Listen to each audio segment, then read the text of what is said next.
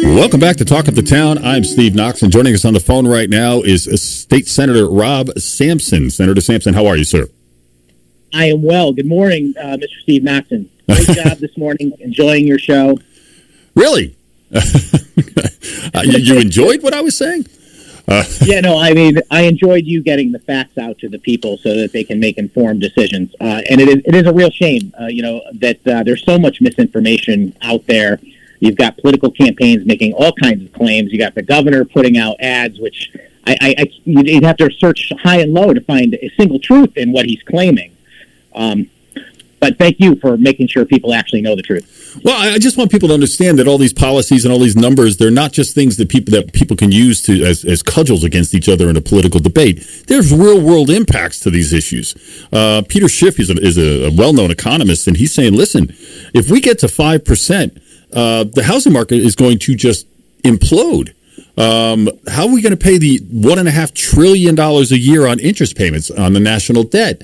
The budget every year is about $4.4 trillion. And we're potentially getting to the point where half of that is going to get eaten up in interest payments. We are in for a world of hurt, and the state of Connecticut is looking at the same problem. And I just don't hear any Democrat who's running for office talking about these issues.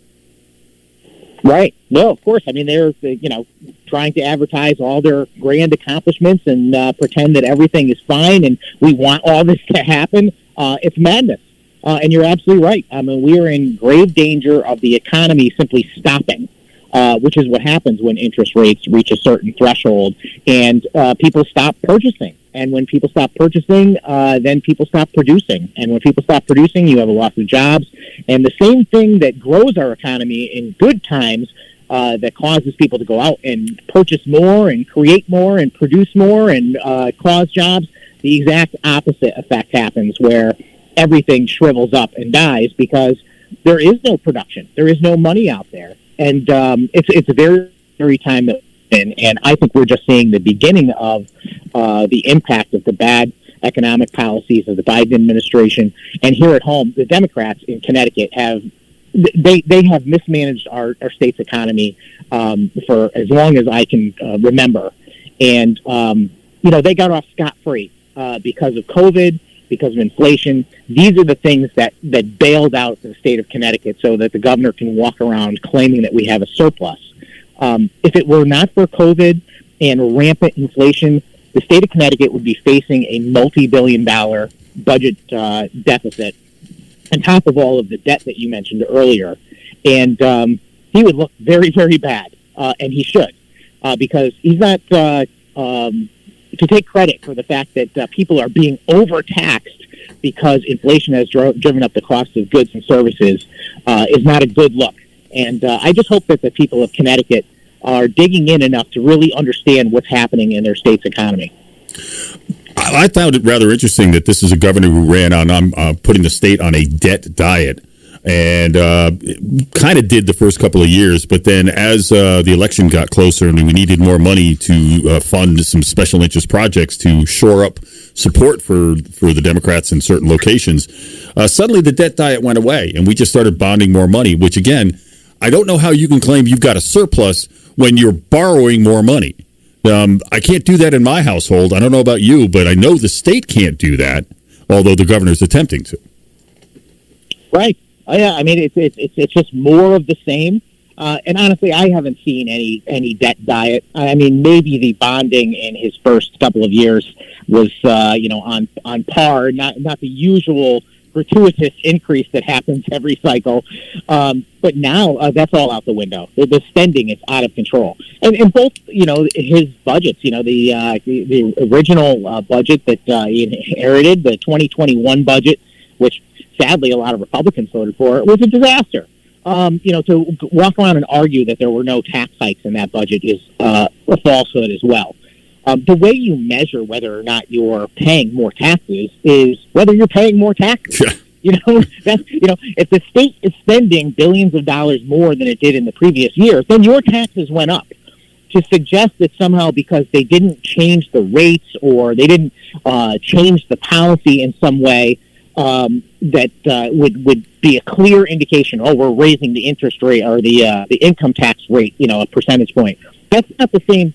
While that would be a clear tax hike, there are other ways to raise people's taxes, and they have used every one of those methods to get to where we are now, and we're seeing the results. I mean, the average person in Connecticut is probably paying half of their income in taxes, both state, federal, and local. If you start adding up, property taxes, income taxes, and all of the myriad of other small taxes that people pay at the gas pump and on sales tax and hidden fees on their electric and cable bills and on and on and on, and that's just wrong.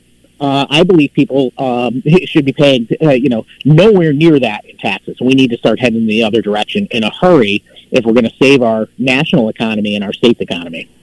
Yeah, again, Peter Schiff was pointing out, too, that we have an administration that is pushing back against their own Fed because as the Fed keeps raising the interest rates, the administration in Congress just keeps passing more spending bills, including hundreds of billions of dollars to Ukraine. Now, you can agree or disagree about whether or not we should be supporting Ukraine, but we're just spending money as though it's worthless at this point. We just print it all out. Who cares? We just passed $31 trillion in the national debt. It was $6 trillion under George Bush. Right. I mean, Steve, I don't want to sound like a conspiracy theorist, but it would be very hard for someone to differentiate between what someone would do as far as policy changes is if they were actively trying to destroy our economy in the country versus what the Biden administration is doing. It really is scary. I understand that the far left has taken over the Democratic Party. I'm sure you're aware of the whole Tulsi Gabbard video and all that. And she's exposing something we have known for a long time, which is that, the party of Kennedy, the moderate Democrat Party just doesn't exist on a state and federal level anymore. Maybe it still exists, in our local communities and maybe on the, your local town council or board of ed, but it does not exist at the federal level or the state level. People that get elected as Democrats are far left progressives. They have a Marxist ideology. They don't care about property rights. And I believe they actively want to disrupt our capitalist free market economy because they don't agree with it. And I think that they see that as the path towards the socialist utopia that they envision. And we're seeing what a socialist utopia looks like right now, which is rampant inflation, people unable to pay for heat and food. It is a disaster. And let's just hope voters are catching on. I know they are to a degree. But, if we have a problem in this country, it's the apathy of the general voting public and, the late engagement to the political cycle. And that's not their fault. That is a symptom of having big government that is involved in far too many things so that even people that follow it closely can't even discern what's really going on. It's a symptom of all of these giant behemoth omnibus bills that have a title that says one thing, but thousands of pages and sections that do other things, and the ability for political campaigns to mislead voters with all of that excess information. We got to get back to a simpler time, smaller government, spend less, tax less, grow our economy. Free market American capitalism is the answer.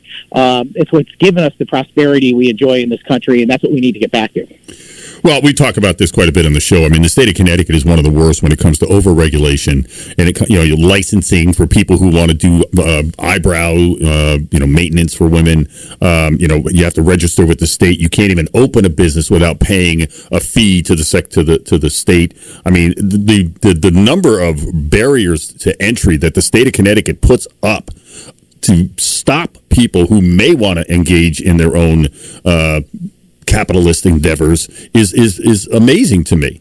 And Bob Stefanowski has pointed this out. There's like just hundreds and hundreds of little fees that you mentioned as well that just eat away at people's budgets.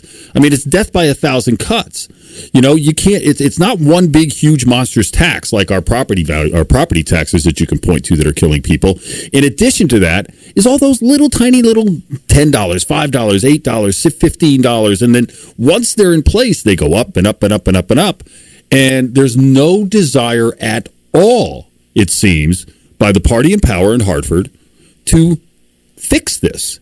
I don't know how they're benefiting from it because, look, as I mentioned earlier, at the federal level, these guys get paid very, very well and are able to capitalize on their inside information on Wall Street to enrich themselves beyond anybody else's normal dreams here.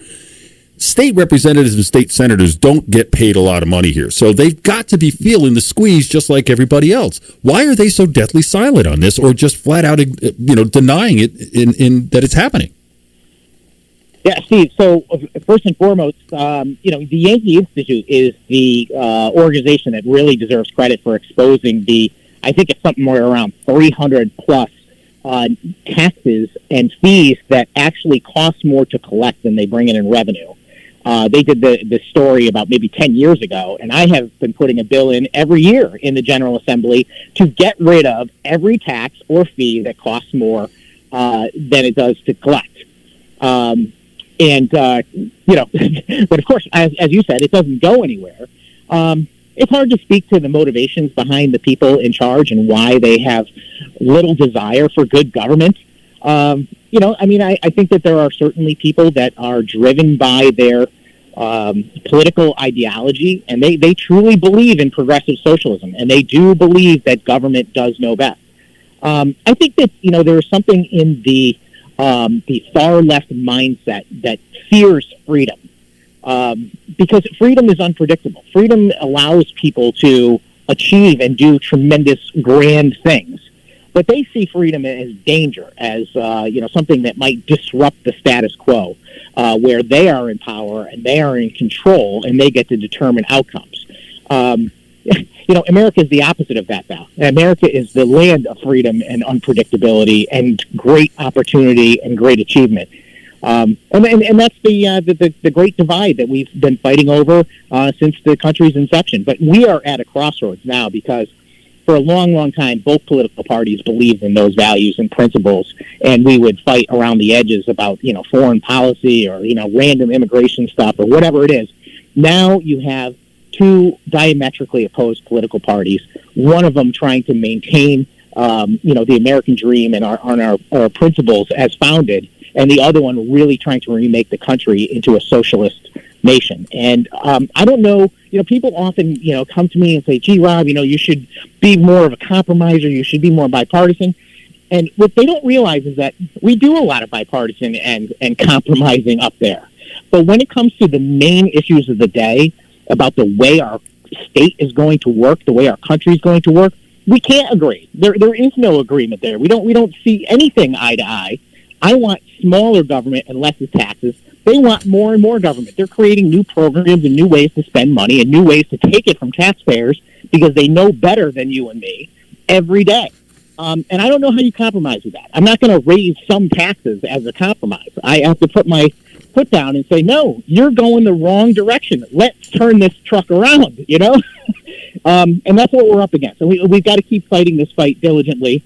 And thank heavens for people like you on the radio that paint a very clear picture about what is happening, where the political parties stand, what the policies that are passed in Hartford and in Washington actually mean. Because a lot of that's lost. It's certainly not coming out in political campaigns. As I mentioned, the amount of disinformation in political campaigns is staggering. My opponent in my previous election accused me of wanting to kill diabetics or being in favor of sexual harassment on school campuses. Oh. He called me the chief defender of Eversource, even though I have an absolutely perfect record of fighting anything that would drive up the cost of living for any of my constituents, particularly senior citizens. It's madness. But there's no way to fix it. You've just got to simply try and compete with that message. And when you're an honest person trying to put out honest facts and educate voters about the issues, it's really hard when your opponent is just throwing one lie after another at you. Well, the latest, we do the best we can. The latest ad by the governor is with that woman talking with all the nice little pretty music behind her going, I've really looked into this and I've discovered that Governor Lamont was so good. And going off on like his business acumen is the only reason we have this huge surplus. Not the fact that the federal government's threw $11 billion at us over the last number of years. Not the fact that the 2017 legislature told him exactly how he was supposed to move this money. No, he's taking credit for it, and then this thing with the abortion issue, which I know they want everybody to be solely focused on abortion because they think they have the winning hand in that one. And I would argue that, as Chris Powell did yesterday in his column, that they are actually the extremists when it comes to abortion. I've been saying this forever, Steve. Yes, I've been saying this forever. It's the Democrats that hold the extreme position on quote-unquote reproductive rights. It always makes me, just like, I don't know, get cross-eyed when I see a campaign mailer from the Democrats saying that they're out there fighting for reproductive rights. To me, reproductive rights would be the right to reproduce. But they're talking about abortion. They're talking about the right to commit abortion. And I don't believe that those two things, should be equated. The terminology needs to change. But you're absolutely right. On a national scale, when Lindsey Graham came out with his bill to ban abortions after 15 weeks, my first reaction was, wow, that's a bold move, and I don't know how that will be perceived by the electorate. But the more I think about it, the more I realize how on point and brilliant it is. It shows that the Republicans have a much more reasonable position, which is that, abortions should be rare, and they should be in the most reasonable circumstances, if at all. And, I'm a pro-life person, Steve, but I recognize that, that's a very difficult place to get to, especially in a blue state like Connecticut. And I've only ever advocated for two things, which is parental notification and the elimination of late-term abortions. And effectively, that's what that is. But the Democrats, and Governor Lamont was quoted on this just recently in print, that he believes there should be zero restrictions on abortion at all. I mean, that is not in line with the average person. No, are you people on the street on this issue? If you get past the first 10 seconds of the guttural emotional reaction, you find that people are like, yeah, I don't know if I want to ban all abortions, but really, there shouldn't be, you have a few months to figure that out. You shouldn't be doing it at the 8th month of a pregnancy. So you're right. They have the extreme position, and Republicans ought to make that very clear every day. Well, the argument, too, is, that 15-week limit it actually exceeds what many European countries have. And if you look at polling data on the abortion issue, sure, the vast majority of people support a pro-choice position. But as you start expanding that out to the second trimester and all the way up to the date of birth, they lose support rapidly. I think something like 80% of people oppose abortion in the 9th month. That's an extreme position if you actually support that. And they do. They clearly do. And now you've got the Attorney General setting up, at taxpayer expense, by the way, this working group to go fight laws and bills in other states. Attorney General Tong's job is to represent the interests of the state, of the people of Connecticut. And that's it. Right. I can't believe he's doing this at our expense. Well, I can believe it. And I don't want to cast aspersions on the Attorney General, but I did serve with him in the House of Representatives for a number of years. And Attorney General Tong is a partisan. I mean, he is a radical far-left partisan, and he has devoted all his efforts to moving the political ideology of the administration and as many people as he can touch as he can. And I don't begrudge him that, because I'm the same way. I want to move as many people in my direction as possible. The difference is that when you serve as the Attorney General of the state of Connecticut, I think you have a far greater obligation than to engage in political partisanship to the truly hack level, which is evident in his policy decisions on a day-to-day basis, which is, attacking anything affiliated with Trump, attacking anything affiliated with firearms manufacturers, really trying to engage in political ideology in that office, which that office is there for an entirely different purpose, and to protect the state of Connecticut and its residents. And that includes everyone who maybe supported the current administration, but also the people who did not. I've just been bothered by that over the years, how so many people get elected to some of these offices, state treasurer, attorney general, and they use it as a springboard into a larger national footprint, as we saw Senator Blumenthal do. I mean, he certainly used that position to advance his own ends and his own goals. Now we see Attorney General Tong, in my opinion, doing exactly the same thing, trying to become a national figure. And it frustrates me to no end. That's not the job of the Attorney General or the state treasurer, to use their positions to push forward their agenda. Their job is to, in the case of the state treasurer, be a good steward of the state's money. And in the case of the attorney general, as you mentioned, to protect the interests of the state's citizens. Anything beyond that is outside the scope of their job. Right. Yeah, and it should be obvious to everyone. And shame on the print media largely in the state, which controls the narrative, even if they don't control the actual news reporting on a day-to-day basis. They tend to come up with the narrative, which is followed by the TV and every other aspect of news media. Shame on them for not calling attention to that kind of behavior and the lack of focus on the job's true responsibilities. Don't forget the Secretary of State's office. We've had a Secretary of State, Secretary of State Denise Merrill, who's no longer there right now, but she used her office to move a political agenda as well, and we're witnessing the fallout from that now. This election, I suspect, is going to have a lot of problems, much like the last one did, because of the vast amounts of mail-in voting that's going to occur. And it's just a fact, absentee voting or mail-in voting, while it has its place and it's very important for people that genuinely need that, it is dangerous to use on a grand scale because it is just not as reliable as in-person voting. Even in-person voting without voter ID, like we have in Connecticut, is far more accurate, reliable, and trustworthy than any kind of mail-in voting, where you really cannot track what's going on. And I have grave concerns about the way the Democrats have manipulated the state's policy. They have passed laws on a partisan basis, on partisan votes, to basically change our election laws. And now they are using those new laws for their own political benefit. And we can see that in the governor's race in a big way. They redefined the word illness in our state statute, supposedly to conform to the state constitution, but really to broaden the definition to effectively make everyone eligible, essentially creating no excuse absentee voting, despite the fact that that actually requires a constitutional change. And the proof of that is they're trying to get one.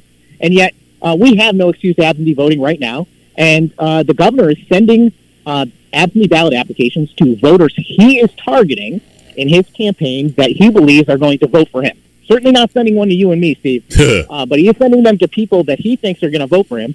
And not only are they sending ballot applications to those folks, they are sending, shiny mail ads explaining the process and giving those people the inside scoop on how to use that process to vote. And, I warned against this. It was bad enough when they sent the ballot applications to everyone in the state, but at least they sent them to everyone in the state. Now you have political campaigns who have the resources, and in the case of the governor, tremendous resources and ability and inside knowledge to be able to exploit these laws to help drive out their own turnout. They always argue for fairness and we want more accessibility and we want to, no, they don't. What they want is they want to turn out their own voters, and nothing could be more obvious than the actions of the last several months. Well, I think that that ballot box, BB, the ballot box they just put out in Hartford, is going to go a long way toward getting people voting. Senator Rob Sampson, if you don't know what I'm talking about, you got to look it up. It's hilarious in the extreme. Right. Senator Sampson, always a pleasure to speak with you, sir. We look forward to having you back again real soon, and good luck with your campaign. All right, sir? Thank you very much for the opportunity, Steve. Keep up the great work. Thank you, sir. Take care. Have a great day.